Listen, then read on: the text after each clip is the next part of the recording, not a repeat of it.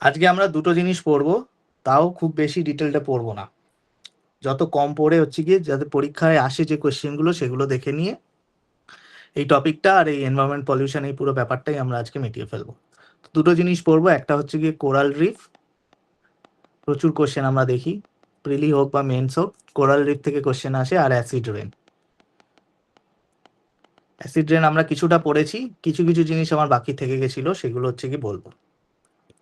আচ্ছা, কোরাল রিফস পড়ার আগে কোরাল রিফস কাকে বলে ছোট্ট করে কেউ বোঝাতে পারবে আমাকে?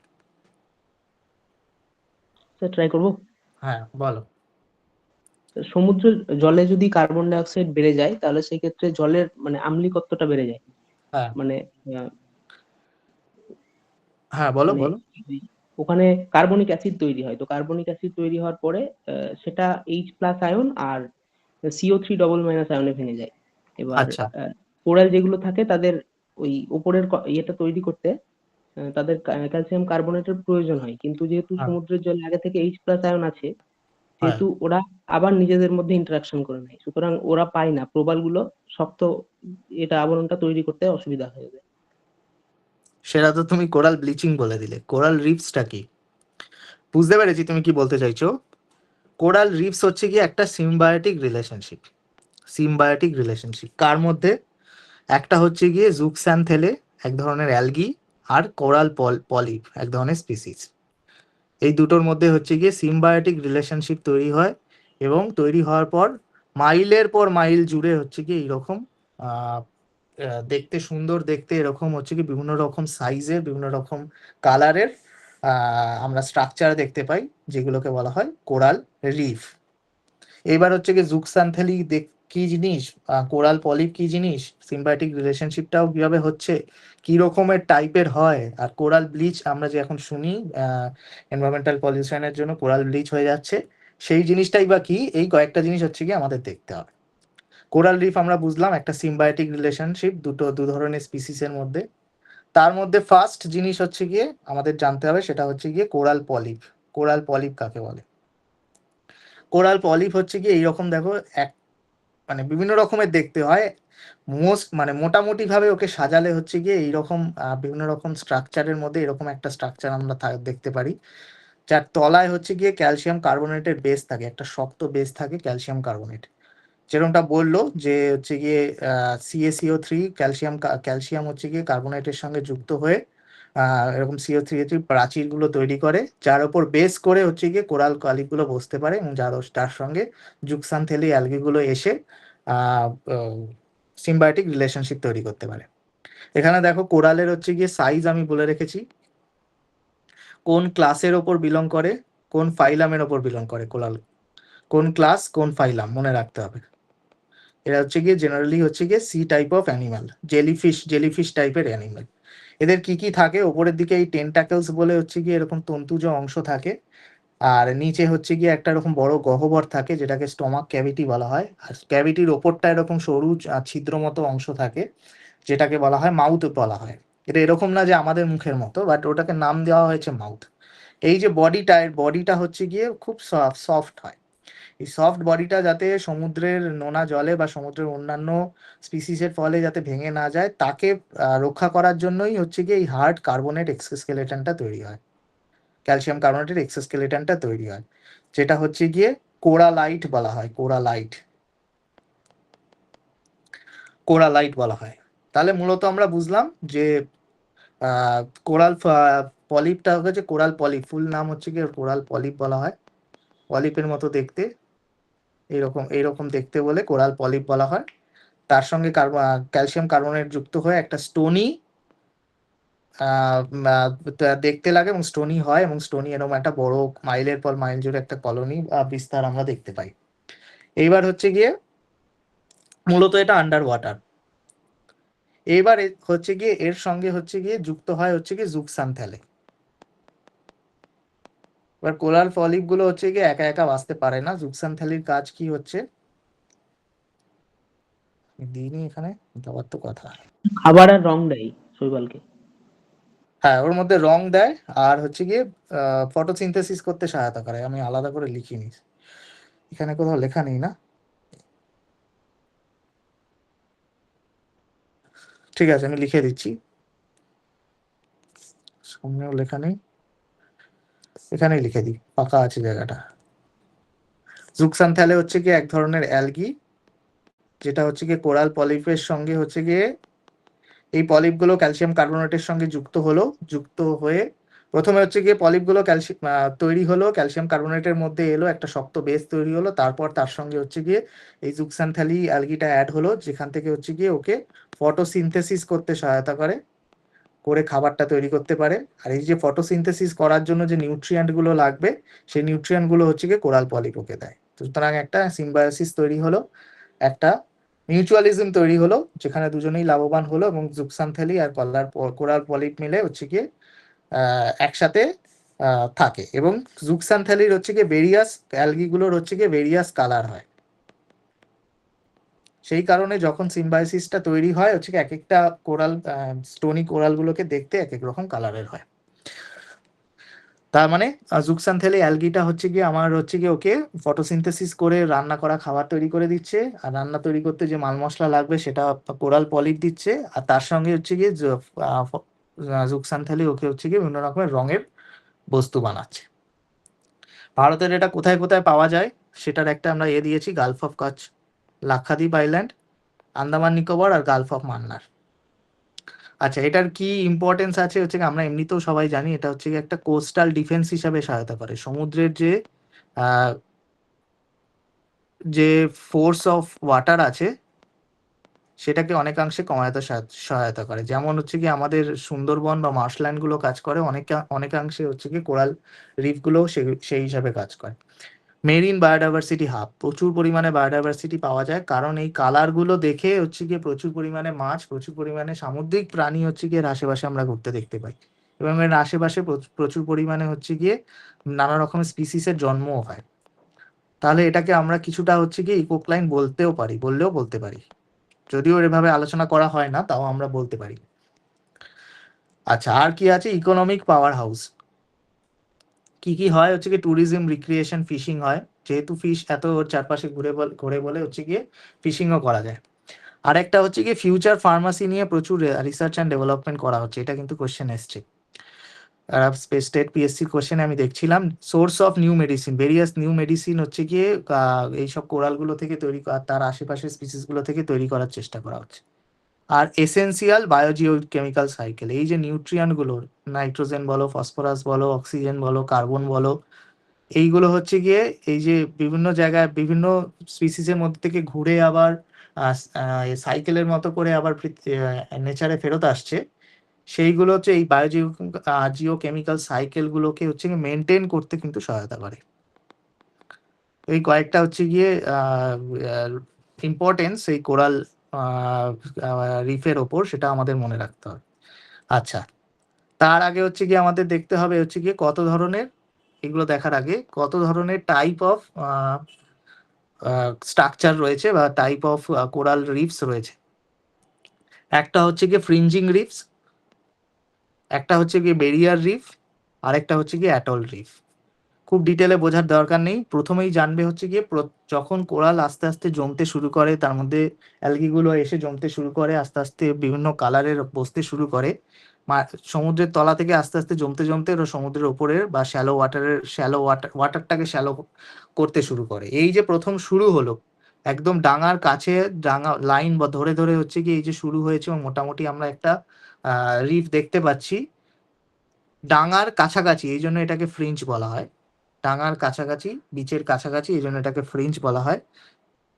যে কোনো কন্টিনেন্ট শেষ হচ্ছে আর সমুদ্র শুরু হচ্ছে, সি শেলফ শুরু হচ্ছে, তার কাছাকাছি অংশে শুরু হয় বলে এটাকে ফ্রিঞ্জ বলা হয়।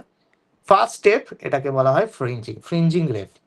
আমাদের এখানে কোথায় কোথায় আছে? গালফ অফ মান্নারে আছে, আর গালফ অফ কাছে আছে, আর কিছুটা আন্দামান নিকোবর আইল্যান্ডেও আছে। Gulf of Mannar, Gulf of কাছে হচ্ছে কি ফ্রিঞ্জিং রিং দেখতে পাওয়া যায়, দেখবে বিভিন্ন এমসিকিউ বইতে এই কোশ্চেনটা পাবে। আচ্ছা, বেরিয়ার রিফ কাকে বলে? বেরিয়ার রিফ হচ্ছে গিয়ে আরো একটু ডেভেলপড অবস্থা, জমতে শুরু করলো করে করে করে একটা প্রাচীরের মতো, একটা মাউন্টেনের মতো, সি মাউন্টেনের মতো একটা শুরু হলো, এবং সেটা পুরো ল্যান্ডমাসটাকে ঘিরে একদম ফেললো, যাতে হচ্ছে গিয়ে সমুদ্রের সঙ্গে যোগাযোগ খুব কমে যায়। তো মাঝখানে যে অংশটা শুরু হয় একটা একটা ক্লোজ ওয়াটার বডি বা লেগুন ক্রিয়েট হয়, এবং বেরিয়ার একটা ক্রিয়েট করলো ল্যান্ডমাসকে, সেই জন্য সেটাকে বলা হয় বেরিয়ার রিফ। আমরা জানি এটা কোথায় রয়েছে, গ্রেট বেরিয়ার রিফ, অস্ট্রেলিয়া। আর অ্যাটল কাকে বলে? অ্যাটল এটা হচ্ছে, অস্ট্রেলিয়ার কোন দিকে থাকে এটা? কথাটা কেটে গেল এই তোমার গ্রেট বলতে। ব্যারিয়ার রিফটা এটা ইস্টের দিকে না ওয়েস্টের দিকে? স্যার এটা ইস্টের দিকে না ওয়েস্টের দিকে থাকে? গ্রেট বেরিয়ার রিফ হচ্ছে গিয়ে তোমার, তুমি যদি বলো আমাকে অস্ট্রেলিয়ার কোন দিকে আছে, অস্ট্রেলিয়ার ইস্টার্ন সাইডে হ্যাঁ। হবে। আর যদি তুমি বলো আমার এর কোন দিকে আছে, প্যাসিফিক ওশনের কোন দিকে আছে, তাহলে ওয়েস্টার্ন সাইডে হবে। ম্যাপটা একটুখানি মাথায় করো, দেখবে বুঝতে পারবে। ডান দিক মানে আমার সবসময় ইস্টার্ন সাইড, বাঁ দিক মানে হচ্ছে কি আমার ওয়েস্টার্ন সাইড। প্যাসিফিক ওশনের বাম দিকে আছে ওয়েস্টার্ন সাইড, অস্ট্রেলিয়ার ডান দিকে আছে অস্ট্রেলিয়ার ওয়েস্টার্ন সাইড, মানে নর্থ ওয়েস্টার্ন সাইড আর বলবো আর কি। আচ্ছা, অ্যাটল হচ্ছে গিয়ে সার্কুলার।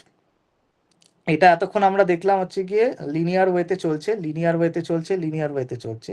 কখনো কখনো হচ্ছে গিয়ে কোনো ল্যান্ডমাসকে ঘিরে, ছোট ছোট ল্যান্ডমাসকে ঘিরে এরকম সার্কুলার ওয়েতে শুরু হতে পারে, বা ল্যান্ডমাস না থাকাতেও মাঝ সমুদ্রে হচ্ছে গিয়ে এরকম কোরাল জমে জমে একটা ল্যান্ডমাস ক্রিয়েট হতে পারে, যেটা হচ্ছে গিয়ে লাস্টে একটা দ্বীপপুঞ্জের আকার নেয়। সেইগুলোকে বলা হয় হচ্ছে গিয়ে অ্যাটল রিফ। উদাহরণ হচ্ছে গিয়ে মালদ্বীপ, লাক্ষাদ্বীপ, পুরোটাই হচ্ছে গিয়ে অ্যাটলের ওপর। তেমনি মাঝখানে হচ্ছে কি একটা shallow almost semi closed water body তৈরি হবে, সেটাকে নাম হচ্ছে গিয়ে লেগু। এই 3 রকমের হচ্ছে গিয়ে রিফের নাম আমাদের মনে রাখতে হবে। আচ্ছা, কোথায় কোথায় এর পাওয়া যায়, ওয়ার্ল্ডের কোথায় কোথায় পাওয়া যায় মূলত আমরা জানি, কিন্তু আমাদের একটা জিনিস মনে রাখতে হবে, সেডিমেন্টেশন বেরিয়ার থাকতে পারে। যেসব কন্টিনেন্টে সেডিমেন্টেশন বেরিয়ার আছে, সেই সব এতে হচ্ছে গিয়ে কোরাল রিফ হতে পারবে না। এটা একটা ইম্পর্টেন্ট কনস্ট্যান্ট। সেডিমেন্টেশন বেরিয়ার কাকে বলে? Where river brings large quantities of sediments from land, corals are not found. এই পুরো সাউথ আমেরিকা জুড়ে আমরা হচ্ছে কি কোরাল রিফ দেখতে পাই না। সে এই একটা কারণ একটাই, অ্যামাজন এবং তার যে অন্যান্য শাখা নদী উপনদীগুলো আছে প্রচুর পরিমাণে সেডিমেন্ট নিয়ে এসে সমুদ্রে ফেলছে। তো হাই সেডিমেন্ট কোয়ান্টিটি থাকলে সেখানে হচ্ছে কি আমি কোরাল রিফ দেখতে পাবো না। হাইয়েস্ট কনসেন্ট্রেশন কোথায় পাওয়া যায়? প্যাসিফিক ওশেন আর Indian ocean, due to shallow warm and clean water.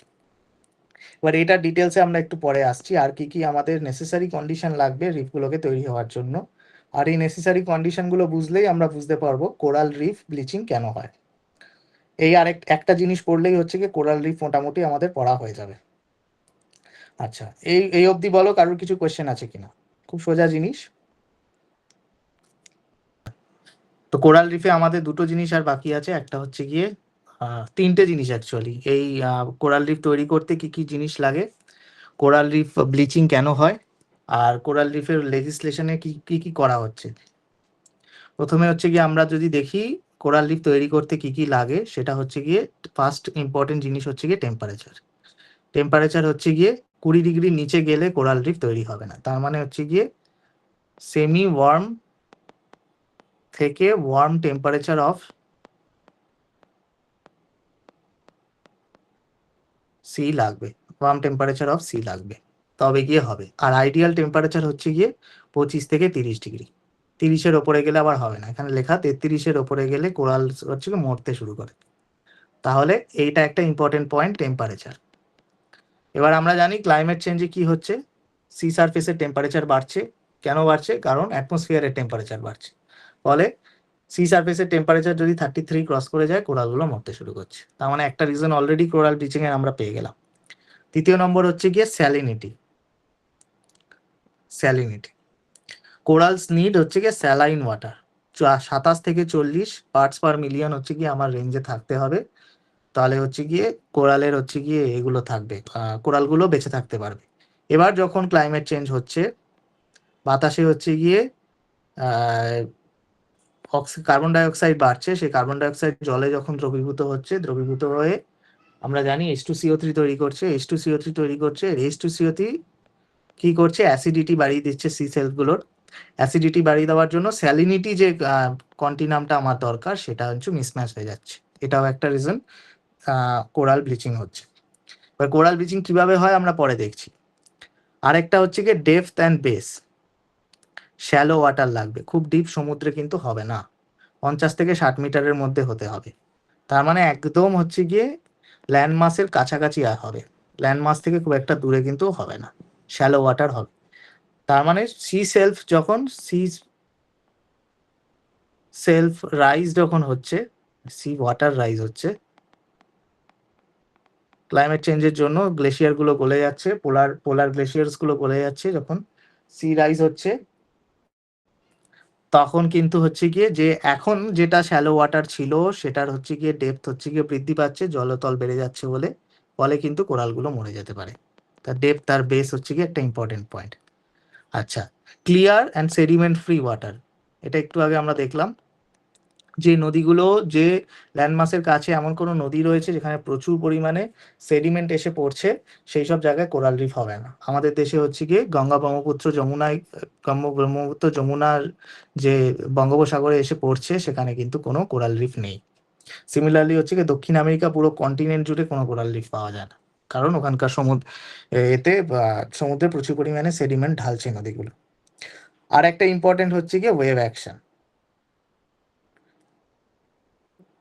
মানে ব্যালেন্সড ওয়েভ আমার লাগবে।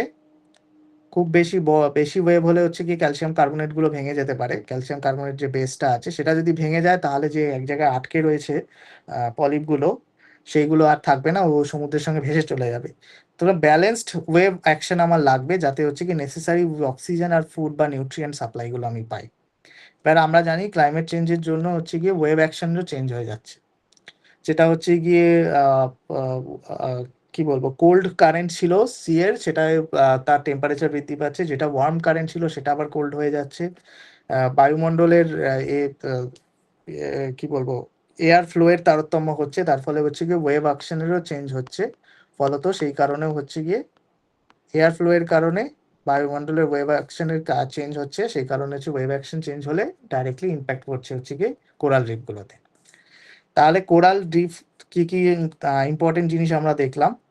এবার হচ্ছে গিয়ে ব্লিচিং কাকে বলে। ব্লিচিং হচ্ছে কি কিছুই না, কোরালগুলো কিন্তু মরে যায় না, দে ডু নট ডাই। মরে যাওয়াকে আমরা কিন্তু ব্লিচিং বলি না, মানে মরে যেতেই পারে কিন্তু মরে যাওয়াকে ব্লিচিং বলি না। এই যে ইকুইলিব্রিয়াম একটা কন্ডিশন ছিল, এই যে সিম্বায়োসিসটা ছিল, এটা খুব ফ্র্যাজাইল হয়। জুক্সানথেলিটা চলে গেলেই কিন্তু ওর কালারটা নষ্ট হয়ে যাবে, এরকম স্টোনি হোয়াইট কালার দেখতে হয়ে যাবে। এই যে সিম্বায়োসিসটা যদি কোনো কারণে নষ্ট হয়ে যায়, সেই পরিস্থিতিটাকেই বলা হয় হচ্ছে কি কোরাল ব্লিচিং। কোরাল ব্লিচিং কি কি কারণে হতে পারে এতক্ষণ আমরা দেখলাম, এখানে আমি ছোট করে একটা লিখেও রেখেছি। তার মানে when coral bleaches it is not dead, they can recover if water temperature drops and algae are able to recolonize them. যদি similar water condition are similar temperature কন্ডিশনে আমি নিয়ে আসতে পারি অঞ্চলটাকে, তাহলে জুক্সানথ্যালিগুলো আবার যদি চলে আসে, তার ফলে কিন্তু আমি সহজেই আবার কোরাল পলিপগুলোকে ব্লিচিং এর হাত থেকে রক্ষা করে রিকনসিডার করাতে পারবো। এবার যদি বহুদিন ধরে যদি হচ্ছে গিয়ে এই ব্লিচিংটা হতে থাকে, তখন আস্তে আস্তে কোরালগুলো হচ্ছে মরে যেতে শুরু করে, কারণ ফটোসিনথেসিসও করতে পারবে না।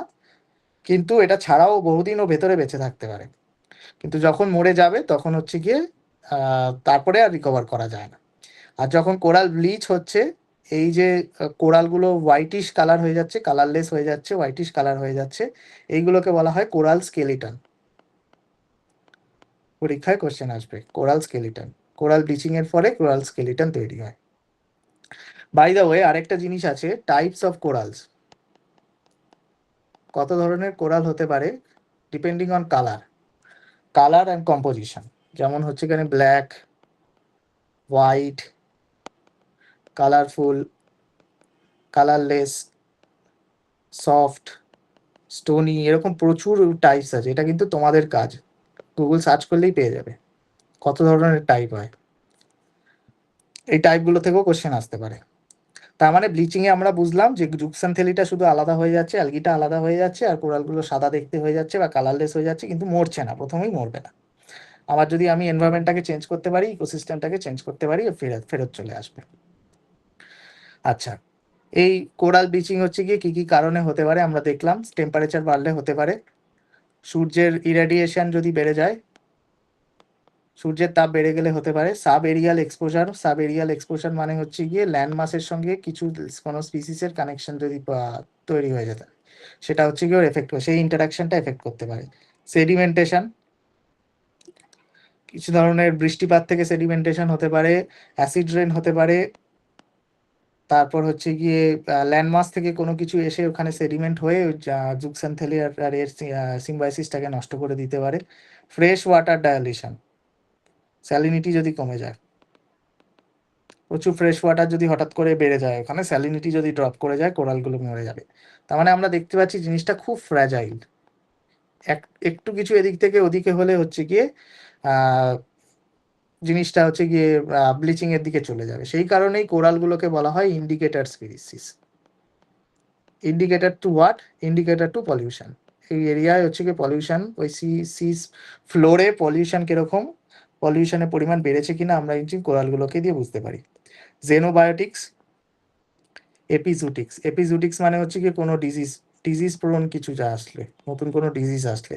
জেনোবায়োটিক্স হচ্ছে গিয়ে যে কোনো স্পিসিস বা কোনো হচ্ছে গিয়ে বায়োটিক কোনো মেটেরিয়ালস তার সঙ্গে কানেকশানে করে কেমিক্যাল রিয়াকশন করলে সেটা হচ্ছে গিয়ে এ হতে পারে। ওজোন ডিপ্লিশন একটা হচ্ছে গিয়ে রিজন, আর তার সঙ্গে হচ্ছে গিয়ে অ্যালগাল ব্লুম, ক্ষতিকর অ্যালগি, অন্য কোনো ক্ষতিকর অ্যালগি যদি জুক্সেনথেলার জায়গায় সিম্বায়োসিস করে দেয়, যেটা হচ্ছে গিয়ে ওর সাথে ওকে মেরে ফেলতে পারে বা ব্লিচ করে দিতে পারে। তো এই কটা জিনিস আমাদের মনে রাখতে হবে, খুবই সোজা জিনিস, একবার পড়লেই মনে থাকা উচিত। আচ্ছা, এবার হচ্ছে কি আমাদের দেখতে হবে লাস্ট জিনিস কোরাল রিফে, সেটা হচ্ছে কি এনভায়রনমেন্টাল লেজিসলেশন হচ্ছে। প্রচুর জিনিস আছে, এটা থেকে এখনো পর্যন্ত তেমন কোশ্চেন আসেনি, তবে আমি কি করেছি কয়েকটা জিনিস আমি অ্যাড করে রেখেছি যেগুলো আসতে পারে বা আমার মনে হয়েছে হয়তো আসতে পারে। একটা হচ্ছে গিয়ে অস্ট্রেলিয়ার গ্রেট বেরিয়ার রিফ সম্বন্ধে আমি একটু লিখে রেখেছি। Biggest coral reef in the world, world heritage site হচ্ছে গিয়ে 1981, আর হচ্ছে গিয়ে কোরাল সি আছে নর্থ ইস্ট অফ অস্ট্রেলিয়াতে অবস্থিত। আচ্ছা, এইটা একটা নোট আমি পেয়েছি, সেটা আমি এখানে অ্যাড করে দিয়েছি যে could suffer a bleaching event every 2 years by 2034 under current level of greenhouse gas. তার মানে ও বলছে যে এটা হচ্ছে কি কন্টিনিউয়াস প্রসেস নয়, ডিসকন্টিনিউয়াস প্রসেস। মানে হচ্ছে কি এভরি 2 ইয়ার্সে এমন একটা সিচুয়েশন আসবে যেখানে হঠাৎ করে প্রচুর ব্লিচিং হবে, আবার একটু একটু কমে যাবে। তার মানে এটা মোটামুটি বলা যাচ্ছে যে ক্লাইমেটোলজির ওপর কিছুটা কানেক্টেড আছে। কিছু ক্লাইমেটোলজিক্যাল ইভেন্ট হবে 2 বছরে, নট জাস্ট পলিউশন, দুটোর কানেকশনেই পিরিয়ডিক্যালি এরকম ব্লিচিংগুলো হবে। আচ্ছা, ইন্ডিয়ার লাক্ষাদ্বীপে হচ্ছে গিয়ে সবচেয়ে ইম্পর্টেন্ট কোরাল, সবচেয়ে বেশি পরিমাণে কোরাল অঞ্চল রয়েছে। তার জন্য হচ্ছে গিয়ে স্টার কোর বলে একটা ইনিশিয়েটিভ নেওয়া হয়েছিল। স্টার কোর বলে ইনিশিয়েটিভ নেওয়া হয়েছিল, যেটা মূলত হচ্ছে গিয়ে তার হেডকোয়ার্টারটা রয়েছে বাঙ্গারাম আইল্যান্ড ইন লাক্ষাদ্বীপ, যেখান থেকে হচ্ছে গিয়ে পুরো হচ্ছে গিয়ে কোরাল রিফগুলোকে, সারা ইন্ডিয়ার কোরাল রিফগুলোকে হচ্ছে গিয়ে প্রোটেক্ট করার চেষ্টা করা হয়। স্টার কোর আর বাঙ্গারাম আইল্যান্ড, এই দুটো একটু মনে রেখো। আচ্ছা, আর ইন্টারন্যাশনালি হচ্ছে গিয়ে ইন্টারন্যাশনাল কোরাল রিফ ইনিশিয়েটিভ নেওয়া হয়েছিল আইকিকরি, যেটা 1994 এসেছিল। ভেরিয়াস নেশনসের মধ্যে হচ্ছে গিয়ে এটা একটা এগ্রিমেন্ট মতো ছিল, কিন্তু প্রবলেম হচ্ছে গিয়ে decisions are not binding. Decisions are not binding মানে কেউ এটা ডিসিশন মানতেও পারে, নাও এগ্রিমেন্টটা মানতেও পারে, নাও মানতে পারে। এটা একটা পয়েন্ট গেল। আরেকটা হচ্ছে গিয়ে পালাউ বলে একটা দেশ ছিল, মানে এখনো আছে। পালাউ হচ্ছে গিয়ে একটা হিস্টোরিক একটা ডিসিশন নিয়েছিল। তাদের সায়েন্টিস্টরা হচ্ছে গিয়ে আবিষ্কার করেছিল যে সানস্ক্রিনের মধ্যে যে এলিমেন্টসগুলো রয়েছে সেগুলো হচ্ছে গিয়ে জেনোবায়োটিক্যাল ইস্যু ক্রিয়েট করছে এগুলোর ওপর, কোরাল পলিপের ওপর। সেই কারণে সানস্ক্রিন পুরো দেশ জুড়ে তারা ব্যান করেছিল। তো এরা হচ্ছে গিয়ে ফার্স্ট কান্ট্রি ছিল যে সানস্ক্রিন ব্যান করে হচ্ছে গিয়ে কোরাল ব্লিচিং এর হাত থেকে অনেকটা তাদের এরিয়ার কোরালগুলোকে অনেকটা রক্ষা করতে পেরেছিল। তারপরে হচ্ছে গিয়ে পালাউয়ের পর হচ্ছে গিয়ে ইউএসএ হচ্ছে গিয়ে সেটাকে নিয়ে নিয়েছিল। তারপর হচ্ছে গিয়ে ইউনেস্কো সেটা হচ্ছে গিয়ে যেই আইল্যান্ডটা, পালাউয়ের যে আইল্যান্ডটাকে rock island first sunscreen ban করে ওটাকে রিকভার করতে পেরেছিল, সেইটাকে ওয়ার্ল্ড হেরিটেজ সাইট ঘোষণা করেছিল। তো ইউনেস্কো এটাকে মেনে নিয়েছিল। তো সানস্ক্রিন ব্যান প্রথম করেছিল পালাউ, এখন বহু দেশেই এটা এই ব্যানটা রয়েছে সমুদ্রের কাছাকাছি অঞ্চলে। আরেকটা ইম্পর্টেন্ট টেকনোলজি হচ্ছে গিয়ে বায়োরক টেকনোলজি, যেটা হচ্ছে গিয়ে ইউএসএ প্রথম এনেছিল, ইন্ডিয়াতে প্রচুর পরিমাণে ব্যবহৃত হয়। সেটা হচ্ছে গিয়ে এইরকম হচ্ছে গিয়ে আয়রন বা স্টিলের খুপড়ির মতো বা তাঁবুর মতো অংশ বানানো হয়, যেখানে কেমিক্যাল রিয়াকশন করে প্রথমে হচ্ছে গিয়ে এই কার্বনেট বেসগুলোকে তৈরি করা হয়। কার্বনেট বেসগুলোকে তৈরি হলে কি হবে, আস্তে আস্তে হচ্ছে গিয়ে কোরাল পলিপগুলো এই বেসের ওপর এসে জমা হবে, তারপর অ্যালগিগুলো এসে জমা হবে, আস্তে আস্তে হচ্ছে গিয়ে কোরাল রিফের হচ্ছে পরিমাণ বৃদ্ধি পাবে, বা যেগুলোকে যেগুলো হচ্ছে গিয়ে মরে গেছে বা যেগুলো ব্লিচিং হয়েছে সেগুলোর পরিমাণ কমিয়ে আরো বাড়াতে পারো। এটা মূলত শুরু হয়েছে হচ্ছে গিয়ে জুলজিক্যাল সার্ভে অফ ইন্ডিয়া কচ রিজিয়নে ইন্ডিয়াতে শুরু করেছে। এবার বায়োরক টেকনোলজি কিভাবে হচ্ছে, আহ, ভেতরের প্রসেস কি আমাদের জানার দরকার নেই। Biorock technology is connected to coral reef generation, শুধু এইটুকু আমাদের মনে রাখলেই হবে। আচ্ছা আচ্ছা, এই অবধি কারোর কিছু কোয়েশ্চেন আছে কিনা বলো। পায়রকটা স্যার আরেকবার বলুন, ওই সাদা সাদা পোর্শনটা কি ক্যালসিয়াম কার্বনেট বললেন তো? প্রথমে ক্যালসিয়াম কার্বনেট, আমি তো বললাম কোরাল রিফের বেসে একটা শক্ত ক্যালসিয়াম কার্বনেট থাকবে, না হলে হচ্ছে কোরাল গুলো ওর উপরে এসে বসতে পারবে না। সেই শক্ত বেসটা হচ্ছে কি আমরা শ্যালো ওয়াটারে একটা ঠিকঠাক এনভায়রনমেন্ট ক্রিয়েট করে আমরা হচ্ছে কি এই বেসগুলোকে তৈরি করে দিচ্ছি, এবং কোরাল রিফগুলো এসে যাতে ওখানে জমা হতে পারে, কোরাল পলিপগুলো আস্তে আস্তে কোরাল রিফ তৈরি হতে পারে। স্যার তাহলে এটা, ইলেকট্রো অ্যাকিউমুলেশন মানেই কি ওই ওপরে গিয়ে বসাটা, এই হ্যাঁ পদ্ধতিটা? বলো।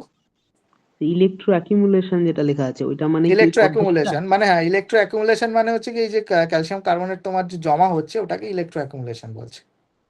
আচ্ছা, একটা ইলেকট্রন, এই স্মল ইলেকট্রনস গুলো বা স্মল কারেন্ট আমি পাঠাবো উপর থেকে, যেটা হচ্ছে গিয়ে ওই শ্যালো ওয়াটার রিজিয়নে এসে হচ্ছে গিয়ে ওই ইলেকট্রন গুলোর জন্য ওই ক্যাথোড অ্যানোডে ভাগ হয়ে গিয়ে, অত ডিটেলস আমাদের জানার দরকার নেই, সেটা হচ্ছে গিয়ে ক্যালসিয়াম কার্বনেট আস্তে আস্তে ওখানে জমা হবে, ক্যাথোডে বা অ্যানোডে কোথাও একটা জমা হবে, এবং আস্তে আস্তে সেইখানে হচ্ছে গিয়ে কোরাল পলিপ গুলো আসবে। আচ্ছা, এরপরে একটা আছে কি আমি ওই বিচ বিচের ওপর যে আর কোস্টাল রিজিয়নের ওপর একটা নোট বানিয়ে দিয়েছিলাম, তোমরা এটা পড়তেও পারো নাও পড়তে পারো, আমি খুব একটা ইম্পর্টেন্ট বলবো না, শুধু আমরা যেটুকু আমরা জানি যে কোস্টাল রেগুলেশন জোনে সেইটা হচ্ছে কি আমরা একবার পরে দেখবো, পরে টাইম হলে দেখবো। এখন এখান থেকে তোমার না পড়ার কিছুই নেই, শুধু এই ইন্ডিয়ার যেটা আমরা পড়েছিলাম 12 নটিক্যাল মাইল, তারপরে আবার 12 নটিক্যাল মাইল, আর পুরোটা হচ্ছে কি 200 নটিক্যাল মাইল, যে তিনটে ভাগে ভাগ করা হতো ইন্ডিয়ার টেরিটরিকে, জলজ টেরিটরিকে, সেইটা একটু মনে রেখো। আর এই high tide line, low tide line আর কোস্টাল রেগুলেশন জোন পরে টাইম পেলে আমরা করবো, এখন পড়ার দরকার নেই, আমি জাস্ট অ্যাড করে রেখেছি